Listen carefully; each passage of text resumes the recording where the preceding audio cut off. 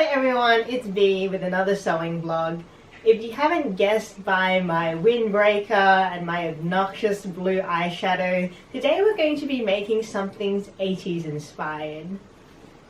We're actually going to be making a pair of leg warmers. I hope you see the vision because I certainly do. So it's made out of the fabric that was left over from when I made this pink top. I think it'll go really good, and obviously the logical solution to having leftover fabric is to make this year's hottest item, leg warmers. So the way this is going to work is that I am going to be constructing a tube of fabric for both of my legs. That is one leg per fabric tube. So here's how we're going to do it. It's going to be a little tube like this, and then horizontal grain bit of, oh, so raggedy. This horizontal grain bit of fabric that wraps around like this. And then the same thing on the bottom as well. So I think it'll give like a really nice finish to the garment. The main pressure point that comes with this, since there's not really much to the garment, is just having that general shape of the leg warmer in place. Usually they're constrained along the top and bottom of the leg warmer, which is where the knitter would typically make that a bit tighter. And then along the length of the leg warmer, there would normally be some ruffles and bumps, which occur when the leg warmer is long enough so it can be squished down. We don't have that much fabric, so I'm hoping it'll be enough to do that. I also hope that sewing it together works, because usually leg warmers are knitted and I can't knit. There's just so many things that don't go with my personality when it comes to knitting. Like, I don't like the fact that you do it row by row, and if there's a mistake you literally have to undo all of it until you get back to the mistake and then redo it all again. You can't like surgically go in there like you can with sewing and just pinpoint the mistake and get it out. No, you had to undo it all the way back to where it came from, which I hate. Anyway, so enough about me and hating knitting. Now let's go on to what I really enjoy, is starting a new sewing project.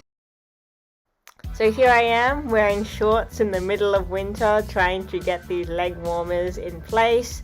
So my goal is just to use up as much of this fabric as possible when making these. Now I am cutting out all of the rectangles that are required for me to make these leg warmers. I actually came in with some hurdles because the fabric that I bought from Spotlight had a significant rip in it, and it also had a bit of dirt that came with the bolt of fabric. I don't know why the lady sold it to me, but I bought it and I didn't say anything, so here we are, left with this bit of fabric. So I'm just ruling everything out, cutting everything out, and making sure that all of it is correct and I have enough rectangles for all of my garments.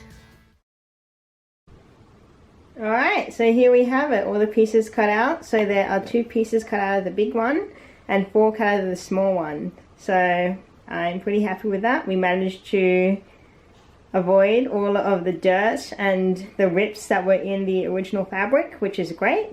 So yeah, I'm going to sew these fabric into tubes first, and then I'll fit them and see how they go. Cool. So here's the update. I just spent all this time trying to configure my overlocker, which I am not great at, but it might also be the overlocker's fault. So who knows, just blame my problems on the equipment like a poor craftsman. So yeah, here's what I did. So basically what happens is that you go through each thread of the overlocker, of which there are 4, and you kind of mark out from top to bottom like the tension when the dial on the first one is number 1, number 2, number 3, number 4, 5, 6, all the way up to 9, and then you test that thread tension, and then you look and see which one looks the best, and you do that for all 4. So yeah, did that for all 4. For some reason, the first one I had a lot of trouble with, purely because for some reason the left needle thread is literally loose through all of the tension dials. Make it make sense? Yeah, I think despite that, I managed to get the thread in the best possible shape for me to sew the entire thing with the overlocker. So that's what I'm going to do. Okay, see you guys in the next one.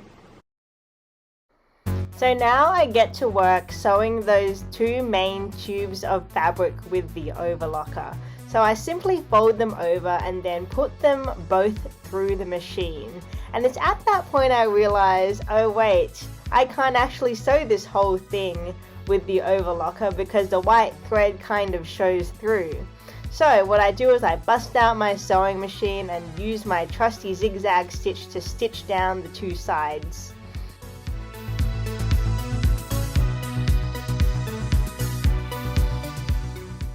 And then I start to move along to the cuffs. So I decide to make the cuffs around 22 centimeters to fit with my leg. I fold those over, sew them, and then fold them in half lengthways so they make that cuff shape. And then I start to sew these two fabrics, the cuff and the main tube, together so that it stretches and it fits really nicely with each other.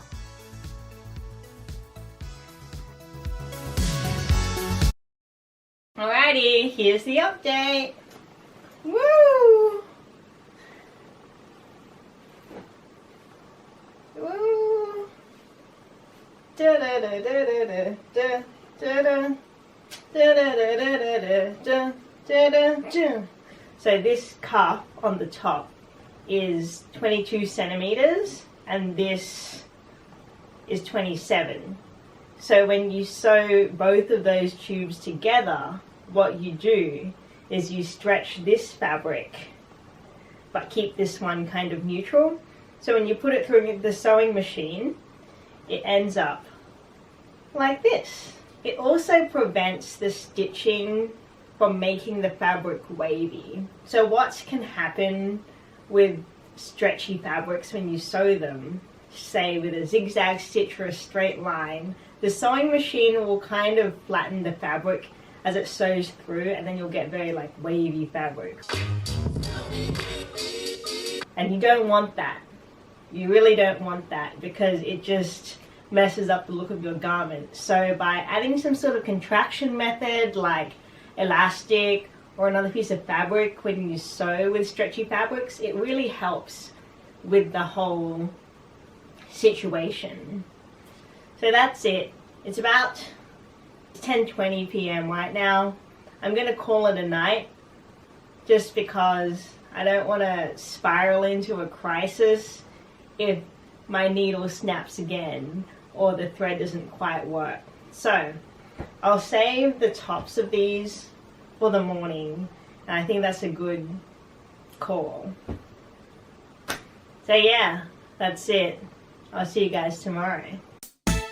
So it's the next day and I'm pretty much doing the same thing that I did the night before, but for the tops of the leg warmers. So using that cuff and then stretching it and then folding it over and sewing it to the main part of the leg warmer.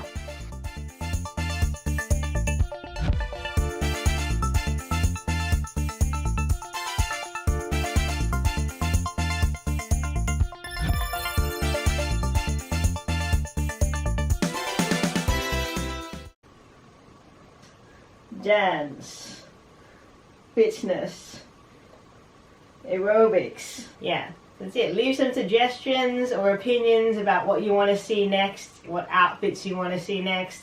I really feel like I'm just making my way through all of the eras. So you have that 70s disco top, we have that 80s aerobics fit. I wonder what's next. I'm not sure. I just had to be prepared for every costume party that comes up, apparently. So that's it. Thank you for watching, and I'll see you in another video. Goodbye. So all of this has reminded me of those aerobics performances that I used to witness during high school with that sped up pop music, those push-ups, and that beep signaling the start of the routine.